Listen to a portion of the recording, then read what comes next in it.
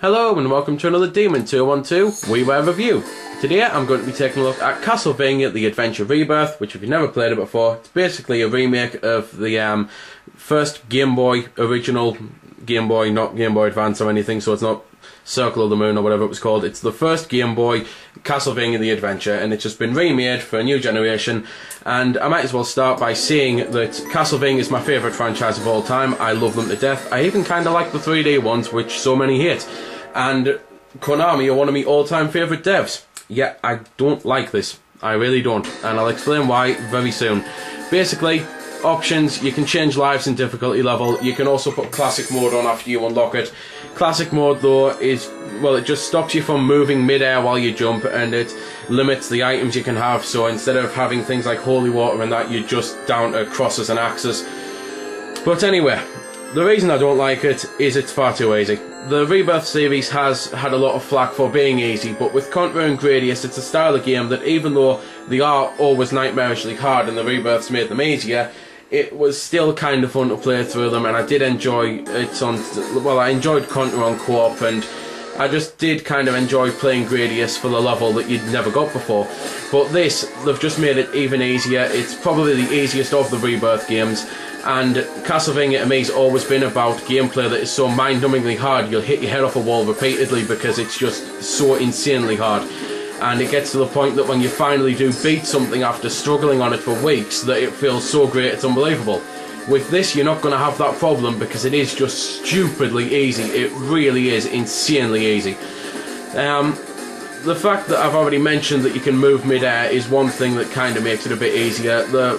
Also, you've now obviously got the other items, so playing classic mode does make it slightly harder, but even so, it's just the way the enemies are, how much damage they take and that. It just seems like you can breeze through it without even trying. It really does, which is a damn shame, because as I've already said, the Vania franchise is my all-time favourite gaming franchise. I love it to death, but it's one of those. With Rebirth, it costs 1,000 points. I don't think it's worth it, especially because, and yes, I know it was a remake, and the original only had 6 levels, but it's 6 levels that, because of the easiness, you can pretty much beat it in like half an hour to an hour tops type thing. And it's just one of those. If I had to choose between playing this when I play it again in the future, or Castlevania 1, 2, 3, 4, you know, any of them that's on the VC, hell, it may get to the point when Symphony of the Night gets remade for it, or when Rondo of Blood finally comes out. I know fine well this will always be my last choice of one to replay because of the difficulty. So anyway, on to the other things about it. As you might have noticed, you can get a little power up that basically gives you fireballs coming out of your whip, which is kind of cool, and it's something that I might like to see on other Vania games, as long as the other Vania games that have it are harder. You've still got bosses in the work in the same way that they pretty much always did. They've got an energy bar, you've got an energy bar, you just kick the crap out of them, then you either move on to the next boss or you just move on to the next level. And yeah, there's pretty much nothing else left to see about the bosses then, other than that you'll see a variety of all sorts of creatures and ghoulies and stuff like that. Anyway, for those who pretty much haven't played a Vania game before or don't know the gist of it, the whole point is you go left to right, right and left, up and down, kick the crap out of the enemies, fight the bosses. By destroying the candlesticks you can get hearts. The hearts allow you to use your sub-weapons, which are things like the crosses, the daggers, the axes. You can also get a whip upgrade, you can get the fireballs and stuff like that. You can get things that kill the enemies on the screen, so it's pretty useful, and it just basically, as I say, there's a flash happens and it kills the enemies. And that's pretty much it then. Only I would usually be saying, and it's insanely hard and it will make you hit your head off a wall, but I think I've kind of already covered that it's not. So it's a bit of a shame that I can't include that in this part of the review, because I usually do for the others. So anyway, that's basically the gist of it. You go left to right, as I say, kick the crap out of the enemies, and then just do that, repeat and rinse. Graphically, the game, personally, I think looks a bit poor, considering how great some 2D games can look, especially in this day and age with new consoles and that, and with the Wii already having loads of great looking 2D games on the SNES and that.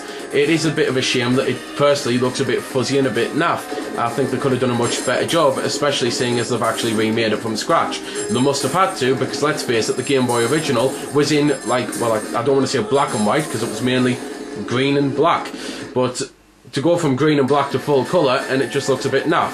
Musically, it does actually sound great, so I will shut up for a bit, because music's always been one of my favourite things about the Vania franchise, and I personally think it does live up to the music hype, really.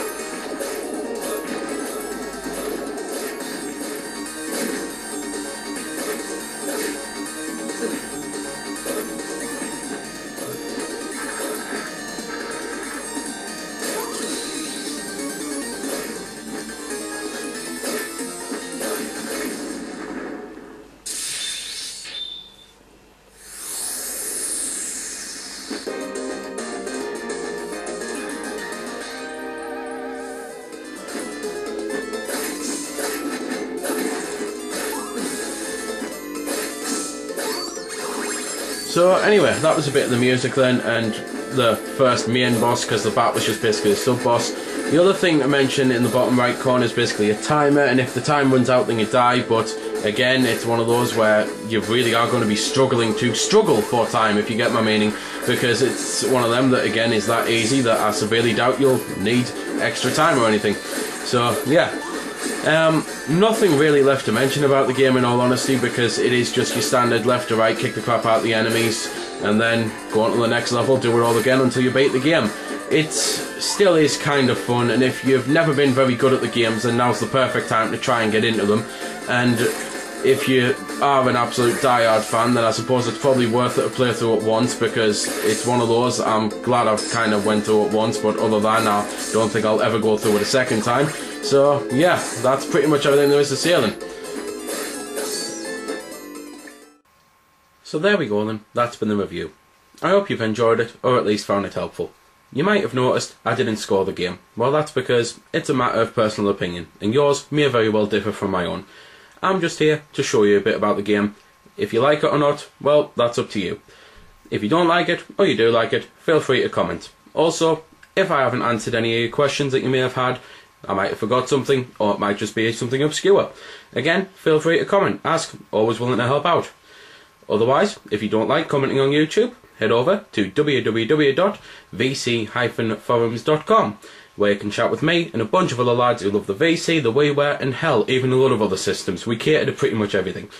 You can just go there, have a chat about a game, ask about some games, etc. So until next time, this has been Demon212, signing off.